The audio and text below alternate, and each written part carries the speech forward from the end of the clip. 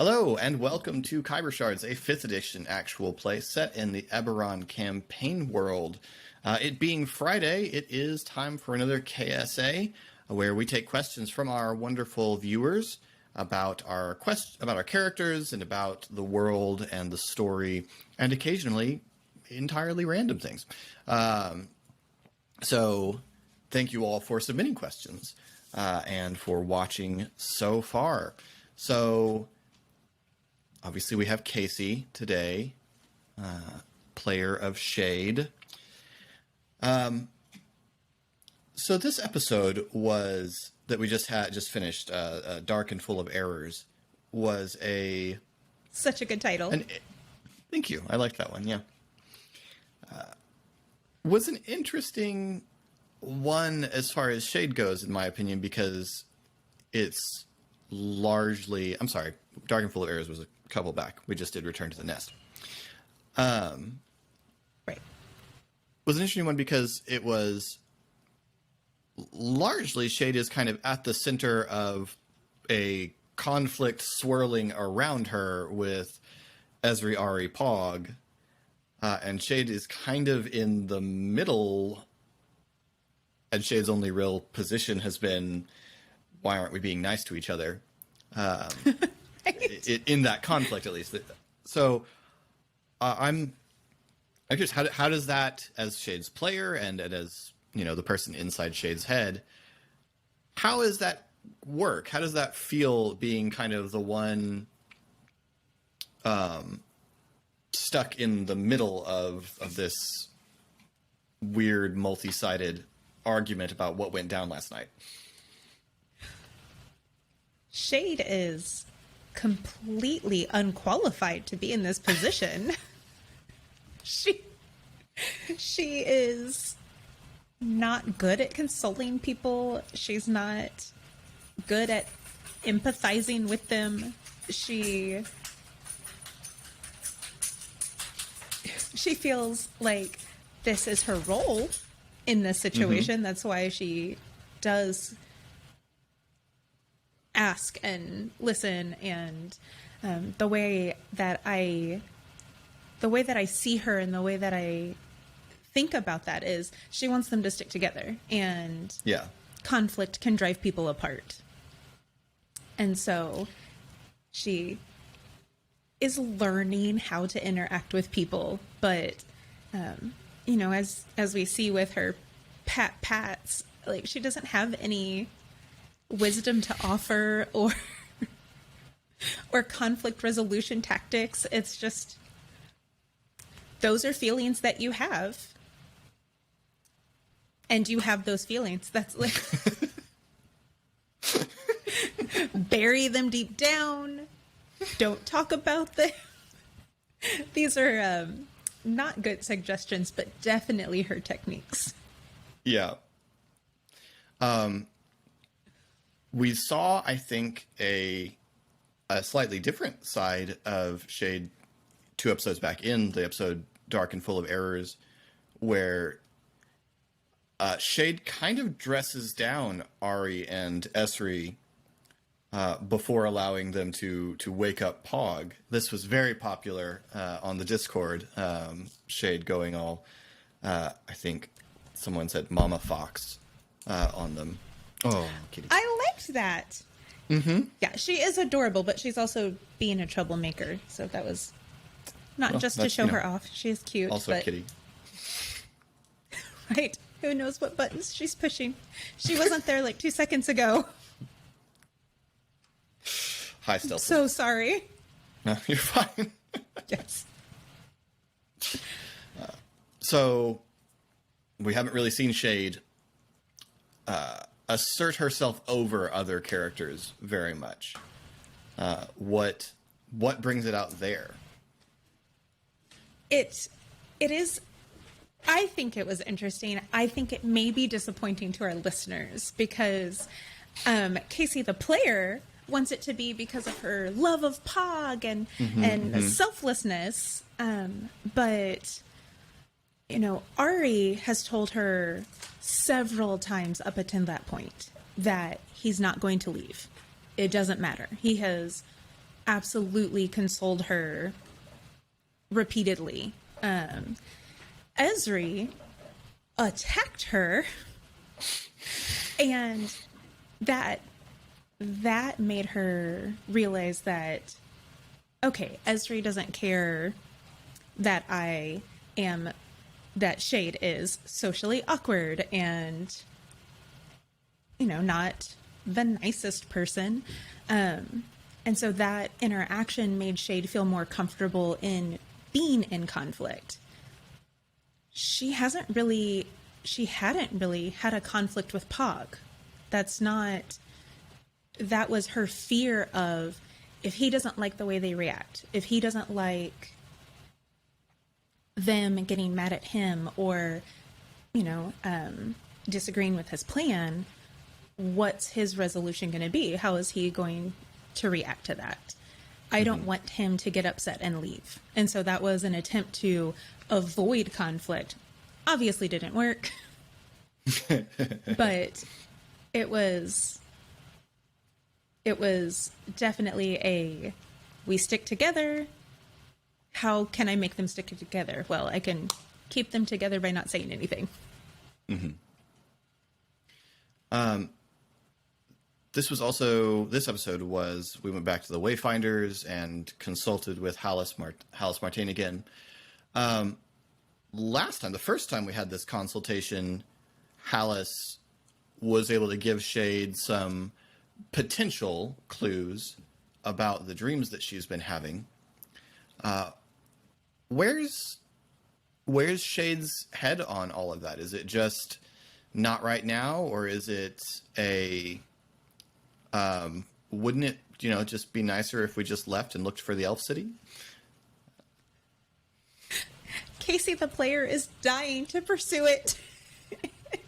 It's so hard. Not every interaction to be like, and we want to find out about the map, right? That's not the map, excuse me, about the dreams.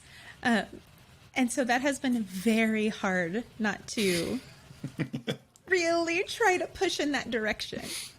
Mm-hmm. But Shade's coping mechanisms is to, go along with the plan. If it's a bad plan or a stupid plan, she will try to make it better, but it's survival. The kids took priority. Their lives were at risk. She was directly related to that, and she has a soft spot for kids. I don't know that that's the right word, but definitely they have something she never had, and she wants to protect that for them. And so that was not even an option to pursue going into the jungle and looking for things or asking people questions about this dream. But it's mostly, well, what do the people in her life need to resolve? What direction do they want to go? And how can she help do that? Mm-hmm. But I would like to know. Well, I'm obviously I'm just trolling you with it. I'm going to drop it entirely, and it's never going to come to anything. So, correct. That is sorry. My fear. Yeah. All right. Well, we had a few listener questions. One is from Nathan, which I really like this question. Nathan says, "I'd love to hear more from Casey/Shade on what her standards are for when someone needs to die. And would she feel that?" I think this is very interesting. Secondary question: would she feel differently about the idea of killing Tommel if he didn't have a mark? This is such a good question, and I have to admit, my first thought was, she has a flowchart. Does this person need to die? Top of the flowchart: are they threatening your life? If it's a yes, they should die. If it's a no, okay, there are some follow-up questions. I guess a better question perhaps is, since Tommel is obviously threatening people that Shade wants to protect, why is Shade set against killing Tommel? Is perhaps probably a more answerable question from Shade's perspective, since I don't imagine Shade actually has a rubric. Correct. I like the idea of a flow chart, but she doesn't actually have one. Nathan's question is absolutely spot on. It's absolutely about the aberrant mark. Mm-hmm. If he was not marked, she would not be fighting to protect him. She is projecting her fears onto how they're treating him, and how they're reacting to him. And that's the difference. He is threatening people she cares about. He's threatening to use people she cares about. He's putting Shade in danger. If she weren't afraid about the lasting consequences of the decision that they're making in regards to herself, yeah, she would totally be in camp kill Tommel. I'm so sorry, Laura.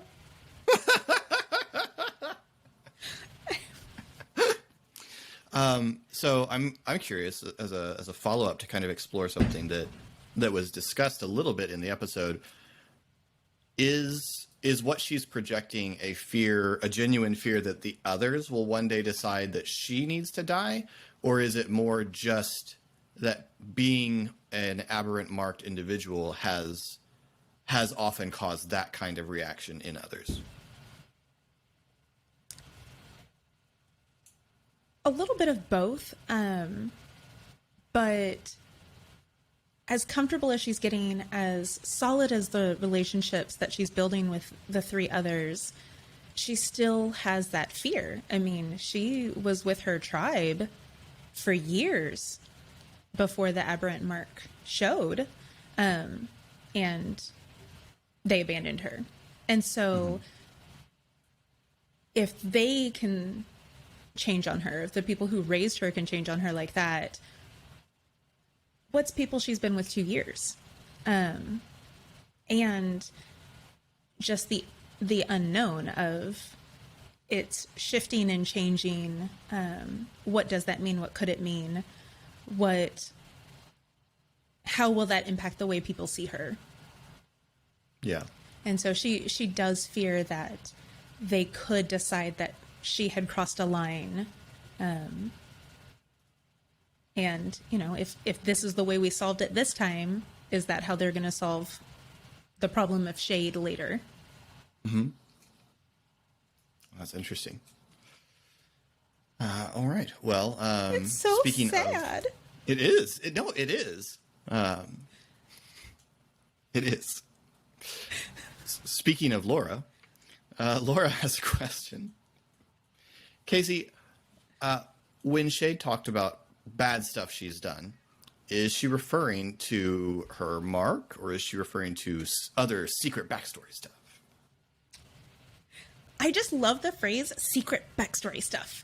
Mm-hmm. That's fantastic. It needs to be an episode title at some point. It's like an all flashbacks episode. Secret backstory stuff.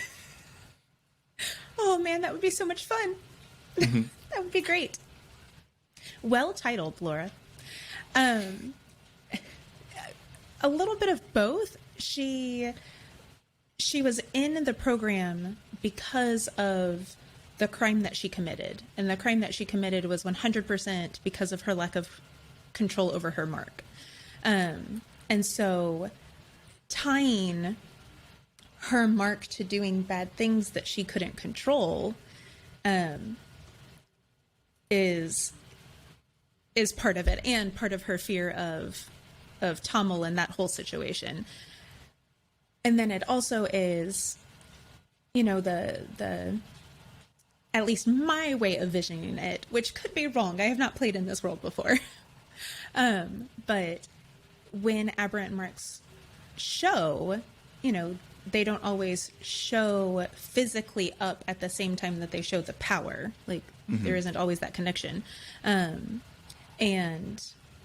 so we haven't done that flashback, but there's obviously consequences of her to her tribe of the appearance of her mark. Yeah. A similar question about secret backstory stuff.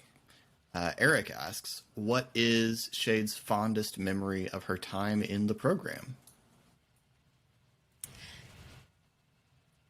Eric, I hope this isn't a disappointing answer to you, for you, because I, Casey, the player, I don't have a specific memory planned and thought out, and so I apologize for that. But the feelings, because Shade loves feelings, is definitely the camaraderie, right?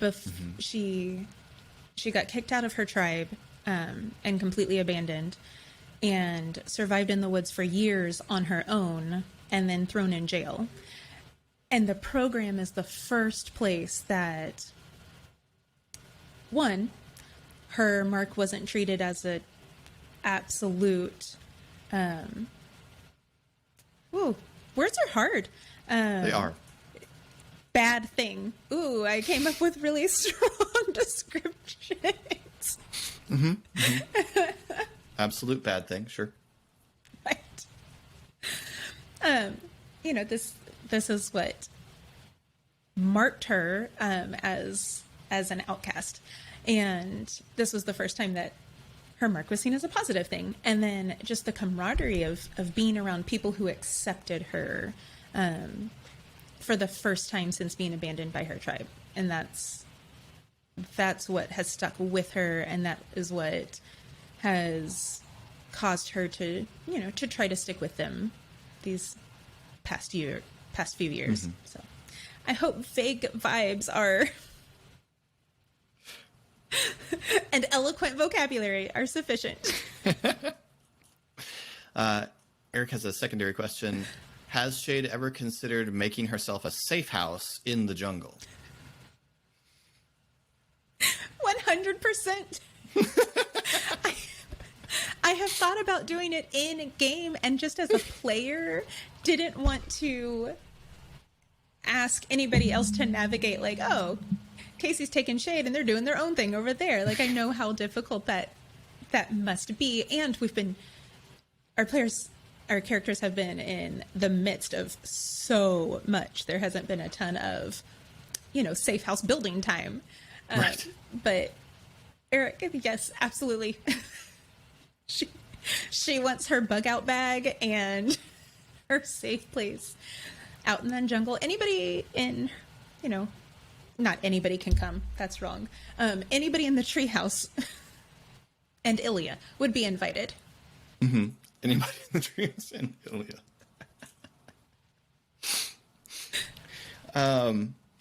So one of the things that I was thinking about as well, Shade of the group,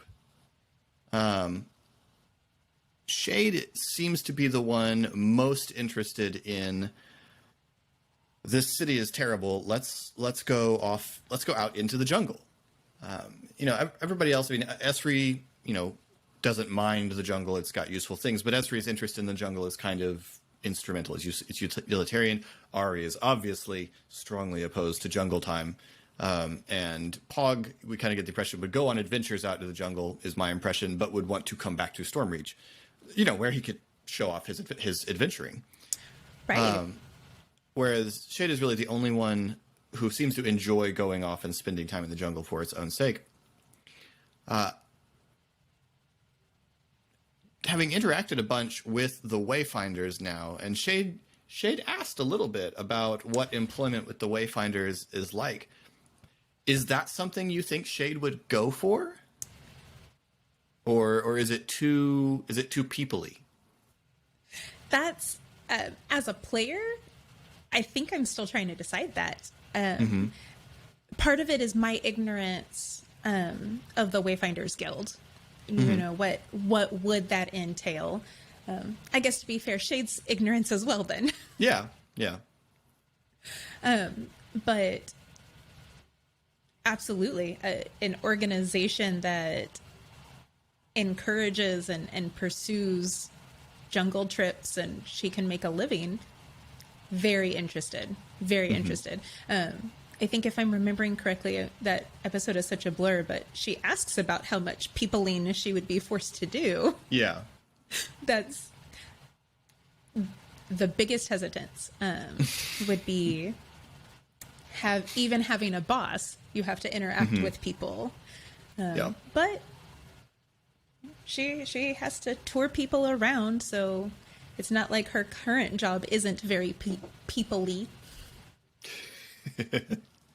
That's true. That's true. She's got her fair share of people interaction involved.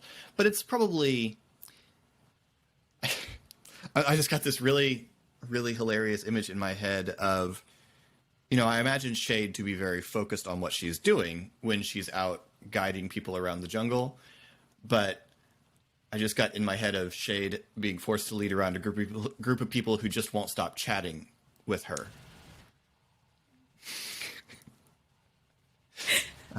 That's a very fun mental image to me. She's just used to the trail.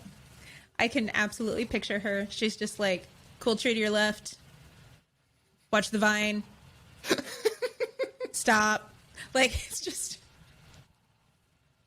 trying to engage as little as possible. I'm taking you to the place you asked. I will deliver you safely. You will give me money. Done.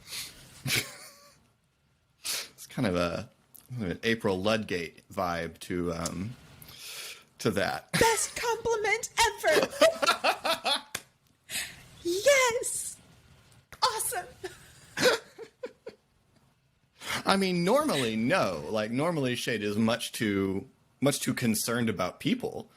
But I can imagine Shade on the job when there are people around being that way. Because, well it's she's like, comfortable in the jungle. Yeah, and the jungle is nice, and you're disturbing the niceness of it. Exactly.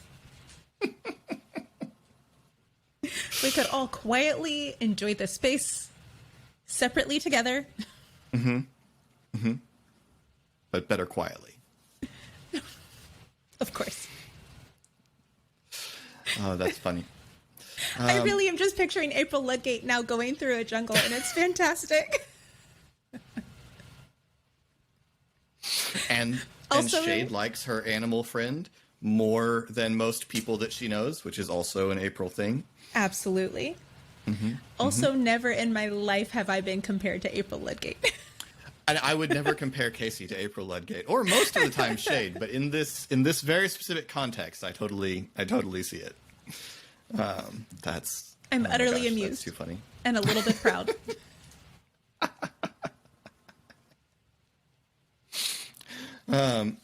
All right. So we have just a minute or two before I want to wrap it up. So a question for Casey. We are, in terms of recording, I think, approaching a point where I would probably start to call things Chapter 3, which is a couple episodes ahead of where we are right now. That feels unreal. Yeah, right? Well, gosh, what did we just do? 31, I guess, was what just aired. So. Oh, wow, yeah. We've recorded 31 episodes of this. So that's pretty crazy. What, in your opinion, in your view, what's most different about Shade now than Shade when we started playing? Oh, that's a question that I will sit here and speak out loud while I think about it.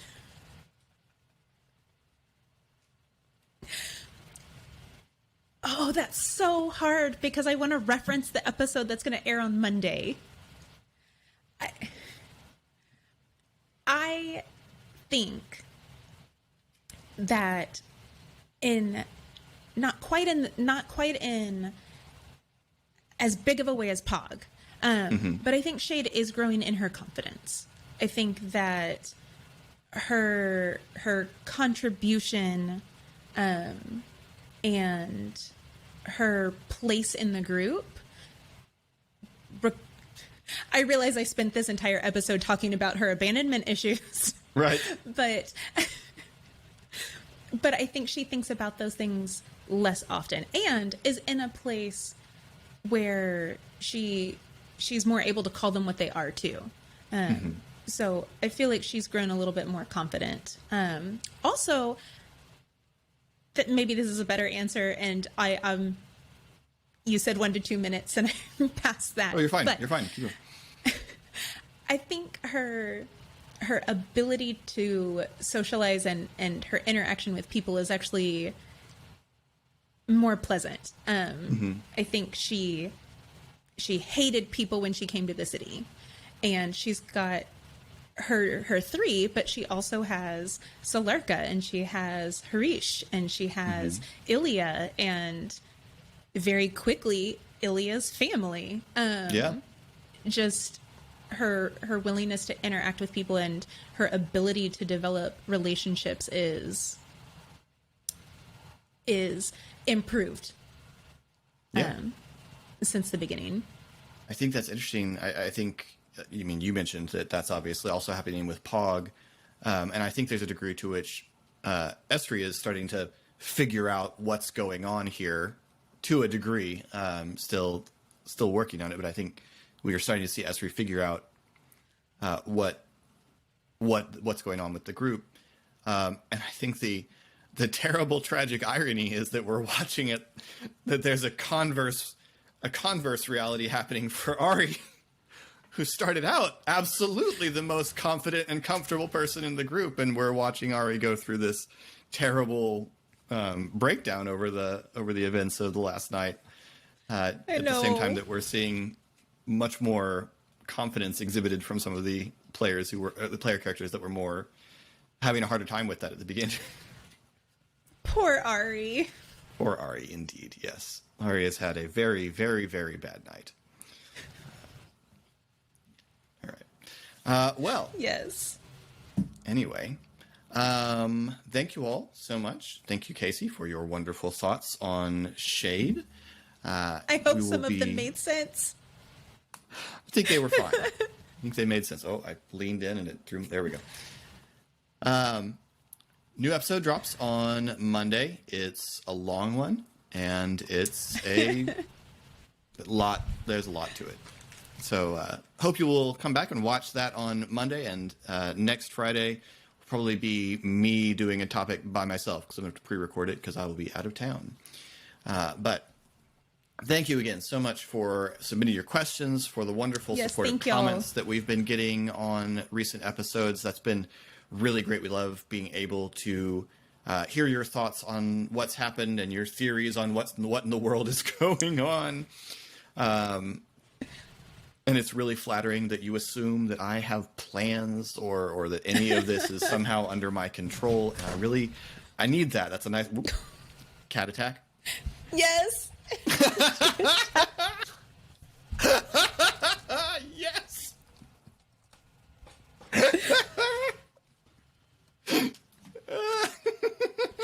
I wish I could show y'all. She's like just peeking her ears from behind the monitor and attacking the camera. Yeah. Outstanding. Oh, that's too funny. Anyway, thank you all so much. This has been Khyber Shards, and thanks for rolling with us.